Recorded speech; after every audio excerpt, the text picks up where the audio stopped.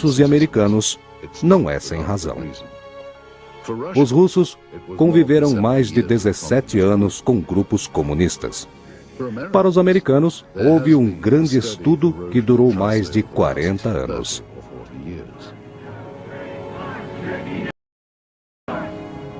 O conhecimento dos americanos de que seu governo não foi honesto só veio aparecer depois dos anos 60, quando a Guerra do Sudeste Asiático foi escalada secretamente com campanha de bombardeamento no Camboja. Nos anos 80, soldados armados foram lutar contra os anticomunistas na Nicarágua. A violação das leis americanas não foi conhecida publicamente. Que Deus abençoe a América. Não é à toa que muitos cidadãos americanos e russos duvidam da honestidade de seu governo, pois as informações sobre OVNIs são controversas e medíocres. Além de negar oficialmente o interesse de possíveis visitas extraterrestres, o governo dos Estados Unidos e da ex-União Soviética estão sem dúvida nenhuma interessados no que pode haver além de nosso planeta. O homem sempre ficou intrigado com a possibilidade de existir vida na galáxia, e os programas espaciais russo e americano representam um grande investimento para explorarem um universo desconhecido. Perto do fim da Segunda Guerra Mundial, os Estados Unidos, com seu poder em ascensão, resolveram mudar de lado e derrotar seu novo rival, a União Soviética. Detonaram sua única bomba atômica, os Estados Unidos perceberam que tinham um inimigo poderoso e bem armado. Durante a gestão de Truman, muitos funcionários do governo se tornaram praticantes do comunismo, eventualmente liderados por comunistas soviéticos que espionavam os comitês de ativistas americanos. Winston Churchill declarou que a paz na Europa estaria atrás da cortina de ferro e que estava começando um novo conflito entre o Oriente e o Ocidente, a Guerra Fria.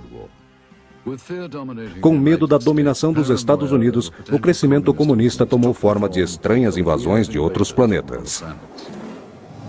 As invasões soviéticas por seres de outros planetas eram o medo que os soviéticos tinham de serem invadidos pelos Estados Unidos. A quantos quilômetros de distância estariam seguros de um ataque? Os americanos fizeram muitos filmes de ficção científica onde o homem lutava contra essa terrível ameaça. Os jatos começaram a sobrevoar uma grande área. A próxima fronteira a ser conquistada eram as estrelas. Isso tornou-se uma competição mundial entre soviéticos e americanos e entre quem os dominasse primeiro. Era o início da corrida espacial. Para cumprir as exigências dessa tecnologia, a NASA, a Aeronáutica Nacional e a Administração Espacial, foi fundada em 1958. A corrida espacial quase terminou com a derrota dos Estados Unidos com a nave russa Sputnik. Os Estados Unidos se surpreenderam com a União Soviética indo tão longe nessa corrida e não tardaram para irem atrás. Quando o cosmonauta Yuri Gagarin deu sua histórica volta ao redor da Terra em 1961, sendo o primeiro homem a ir ao espaço. Os Estados Unidos perceberam que só venceriam os soviéticos se mandassem um homem à Lua. E esse sonho foi realizado por um campeão apaixonado. Foi o presidente John Kennedy que prometeu colocar um homem na Lua até o fim da década, levando a corrida espacial para uma outra dimensão. Foi Neil Armstrong, historicamente o primeiro homem a pisar na Lua em 29 de julho de 1969, realizando o grande sonho americano. Nos anos seguintes, os foguetes de combate da NASA se tornaram os mais modernos do mundo, mesmo antes da confusão do comunismo. Uma nova unidade foi desenvolvida em conjunto com a Rússia e com os Estados Unidos. Esse caminho fez surgir uma nova cooperação que acabou culminando na união das tripulações russas e americanas numa estação espacial. A maioria dos astronautas, como o Dr. Michael Fox, fizeram um ótimo trabalho em equipe com os russos no espaço. Agora, os demônios da Guerra Fria estavam em silêncio. Mas o primeiro ser humano a ir ao espaço era soviético. Seriam os russos os primeiros a descobrirem que não estávamos sozinhos? Este filme, que parece ter sido feito com patologistas, que dessecam algo que não parece ser de forma humana, exige uma análise mais minuciosa. Mais uma vez pedimos ajuda a Stanton. Eu não sei o que era aquilo. Eu diria que se houvesse uma investigação mais profunda, eu poderia levantar uma hipótese, um diagnóstico mais detalhado. Perguntamos ao especialista Sergei Goncharov se ele acredita que as características desse filme são compatíveis com o período em que possivelmente foi filmado. As informações que consistem nas latas, junto com os negativos e com outros dados da corporação, são informações compatíveis. Sergei explica o significado desse flash em conjunto. Percebemos uma importante característica do filme.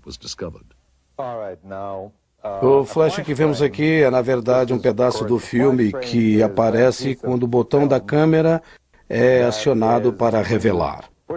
E, novamente, é desativado e religado. De acordo com a inércia, a câmera vai de vez em quando disparar um flash ou uma luz.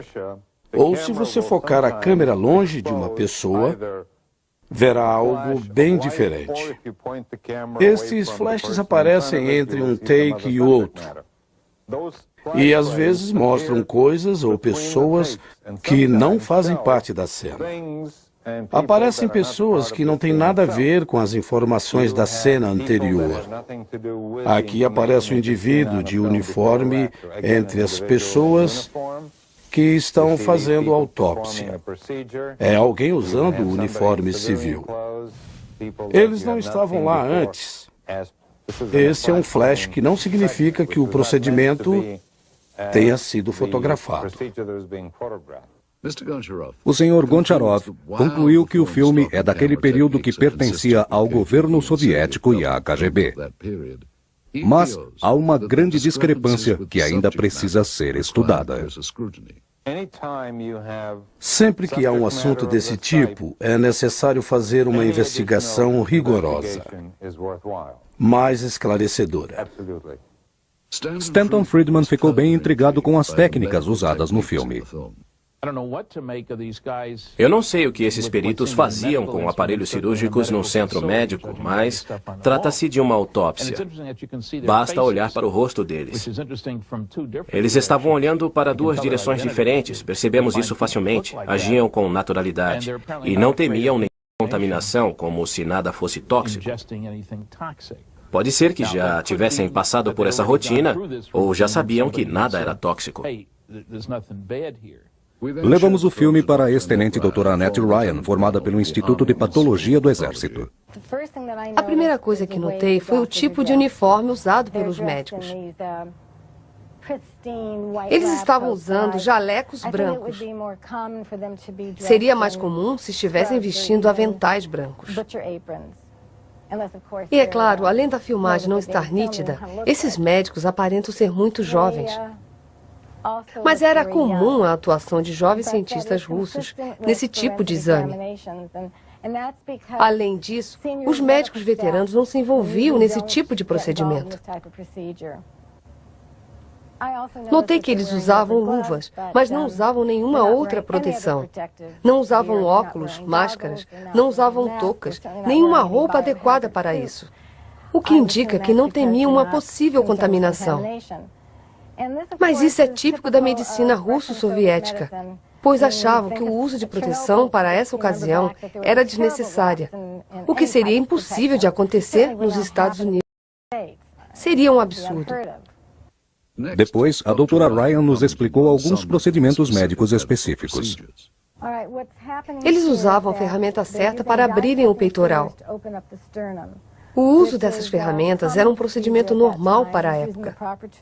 O modo como estavam segurando e usando os instrumentos está correto. Essas pessoas sabiam o que estavam fazendo. Eu diria com absoluta certeza que realmente são médicos russos. Se olharmos atentamente, esse procedimento é repetido várias vezes nessa filmagem. O que eles estão removendo é um pedaço do material. Um dos médicos retira um órgão e um pedaço de tecido do espécime e os coloca num tipo de pote para análise posterior. Isso é exatamente o que se faria caso fosse uma pesquisa. Por exemplo, se um extraterrestre fosse encontrado, esses seriam os procedimentos adequados para exames químicos e microscópicos. O médico-chefe também mencionou que essa estrutura descrita assemelha-se a uma costela. A imagem parece com uma costela. Lembra um torso de algum animal ou uma estrutura humana. Finalmente, a doutora Ryan foi incapaz de identificar o espécime. Ela acredita que as técnicas usadas condiziam com as práticas na União Soviética durante o final dos anos 60.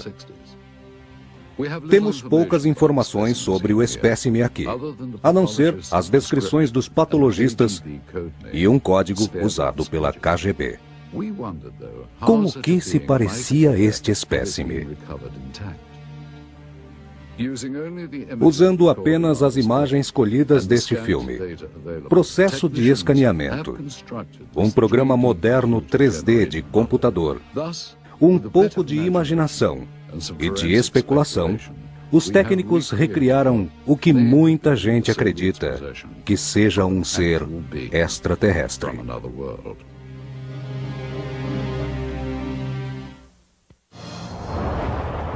Informações colhidas de fontes da inteligência nos levam a acreditar que os soviéticos estavam tramando alguma coisa, não aqui, mas em outros planetas. Quando essa filmagem foi feita sobre a queda de um OVNI em Sverdlovsk, se qualquer agente da KGB ou qualquer outro agente do governo soviético tivesse colhido partes da nave feita por seres alienígenas, eles estariam bastante interessados em examinar os materiais detalhadamente.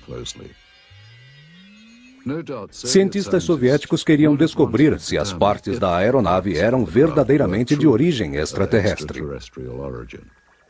Verificaram cada pedaço a um nível microscópico e testes de propriedades físicas e químicas foram realizados. Eles queriam tirar proveito de qualquer nova tecnologia vindas com o material colhido.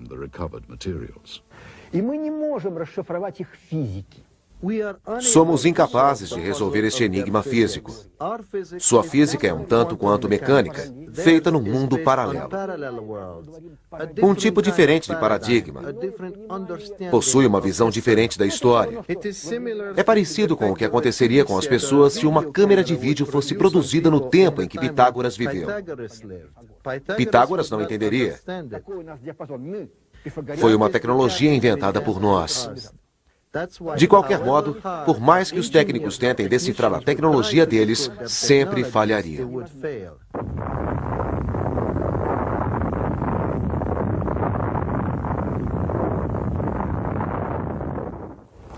Retornando ao Ocidente, não que o exército considere OVNIs um assunto sério, mas os soviéticos estão interessados em Roswell.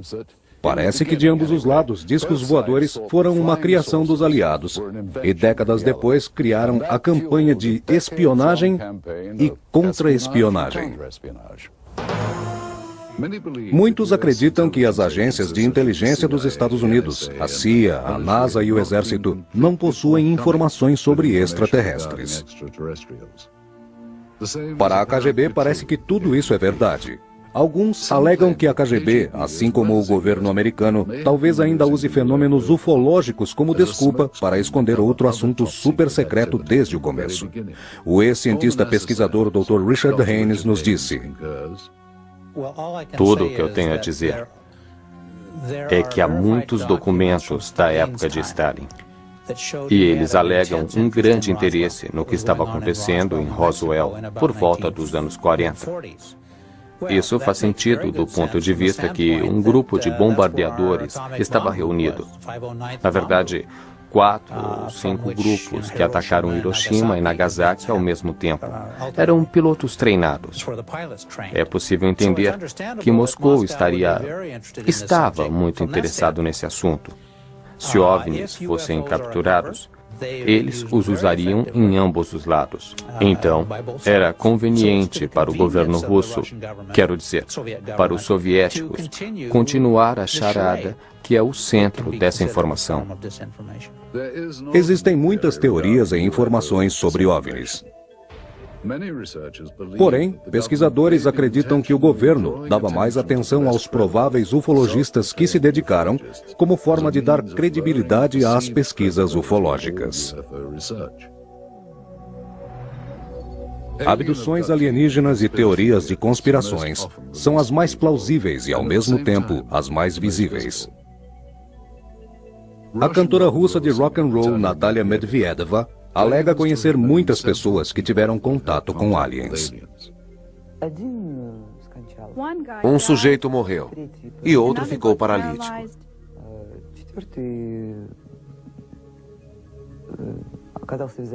Alguém ficou assim e nunca mais se recuperou. Sergei Borisovich Proskuryakov é um pesquisador russo que estuda fenômenos anormais e construções de pirâmides. Essa é bastante incomum.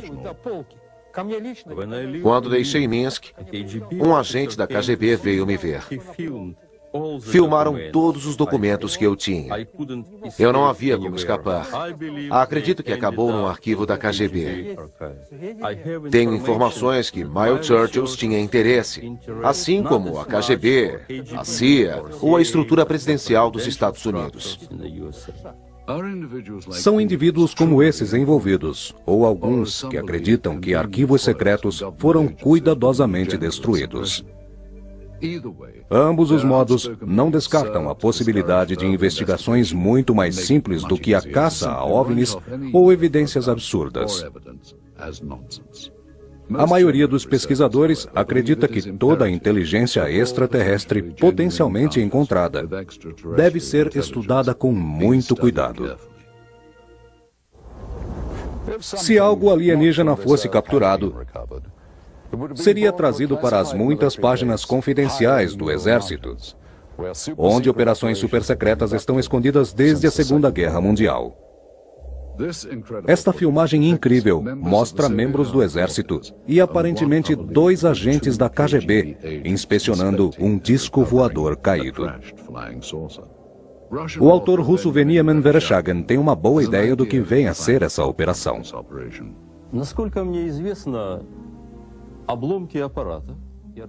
Pelo que eu sei, as partes técnicas e orgânicas foram trazidas de Mitish.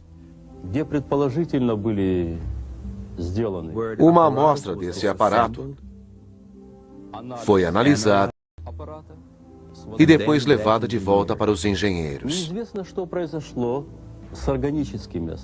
Eu soube que a parte orgânica foi separada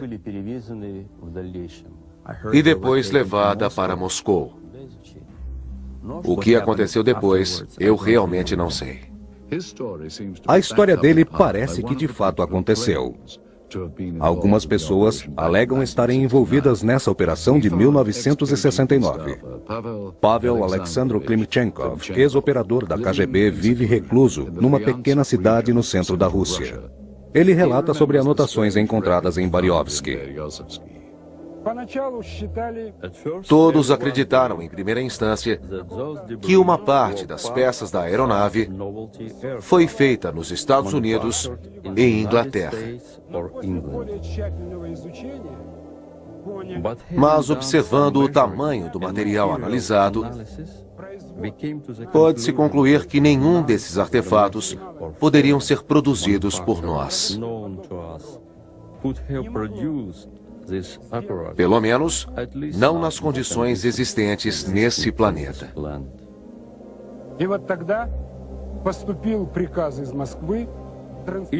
Aquela nave foi transportada do interior da Rússia para uma base em Moscou. Unindo todos os outros oficiais, eu era o único que deixava esses materiais seguros e a salvo dos outros na estação. Para provar a veracidade dessa evidência, levamos o filme para ser examinado por muitos peritos no assunto. Nós também examinamos os documentos e os comparamos com outras informações. Entre as informações, há esse relatório super secreto da KGB, referindo-se especialmente a operações Sverdlovsk Midget, onde descreve em detalhes uma operação secreta. Estes documentos se referem ao disco caído, às partes orgânicas e ao próprio filme. Havia também relatos junto ao Ministério de Defesa soviético pedindo ajuda à unidade militar número 67527. Olhamos atentamente os elementos dessas imagens como símbolos nos braços dos uniformes dos soldados. Eles consistem em símbolos usados tanto pela Companhia de Defesa quanto a Unidade Militar Soviética 67527. Eles estão usando vestimenta de inverno. Portanto, em seus casacos, os distintivos não aparecem muito. É que nos uniformes de inverno não é habitual o uso de identificações. Eles são membros de uma mesma unidade. Podemos ver isso pelas armas que são do tipo AK, muito avançadas para o exército russo, até mesmo para os dias de hoje. Esta é uma arma russa automática. Esta é claramente uma AK. Não há o que duvidar. No filme aparecem muitas armas russas. As anotações do exame científico realizado no espécime são semelhantes às imagens da dissecação. Quando Venieman examinou o filme, ficou impressionado com o tamanho do objeto. Será que há 3 décadas os russos capturaram uma nave alienígena e seu ocupante? Se membros do exército soviético têm conhecimento da suposta queda de um OVNI, então o que aconteceu com esse ser? E onde ele estaria escondido? Em que país? Continuando nossa investigação, fomos atrás de novas informações a respeito do incidente chamado Operação Sverdlovsk-Midget. Através de alguns vestígios, como cópias de documentos do governo, fomos a um laboratório do Instituto de Ciência Biológica. Ao tentar obter relatórios sobre o indivíduo dissecado, nos deparamos com esses documentos adicionais, escritos, datados de 24 de março de 1969. Uma semana depois, os documentos indicavam que exames tinham sido realizados. E a causa da morte? Hemorragia cerebral. A doutora Ryan disse que a chance disso ocorrer naturalmente é quase impossível. O Instituto de Formação é um centro privado, mais conhecido como Instituto Médico de Moscou. Mas a semelhança de lá com a do filme parece óbvia. Comparando as duas, temos essas pedras na mesa e o tipo distinto do chão. A diferença é que outrora, experimentos médicos se tornaram rotina de aula de anatomia, com experiência de todo tipo. Atualmente, operações secretas são abertas ao público. O que encontramos nos porões do edifício são recordações de uma fase difícil, época em que procedimentos assim não eram abertos para o público e esses assuntos não eram tão divulgados. Quais foram os experimentos soviéticos nas décadas passadas no Instituto de Ciência Biológica? A resposta para essa pergunta ainda está para ser descoberta. E muitas questões sobre essa filmagem e sobre a Operação Sverdlovsk-Midget continuam sem respostas. Qualquer descoberta extraordinária, tal como a filmagem dessa queda de disco voador, ou como a dissecação de um ser supostamente alienígena, requer uma análise mais profunda. Parece incrível que tantos elementos dessa história tenham tantas origens. O que parece que nos foi contado originalmente por pesquisadores e por testemunhas estava em documentos recuperados e, é claro, no filme. Perguntamos, esta filmagem é autêntica? Se for, representa casos reais de visitas alienígenas? Ou, como foi sugerido, esta filmagem foi criada como parte da campanha de informações da Guerra Fria? Uma outra provável possibilidade é que essa filmagem fosse apenas um treinamento militar capturado pela câmera. Mais uma vez, se houvesse realmente a queda de um OVNI, onde estão os vestígios? E o que aconteceu com o corpo do ser alienígena? Com toda essa confusão que temos aqui, a grande questão parece ser qual o significado de tal descoberta tão... Se saberemos algum dia a história completa.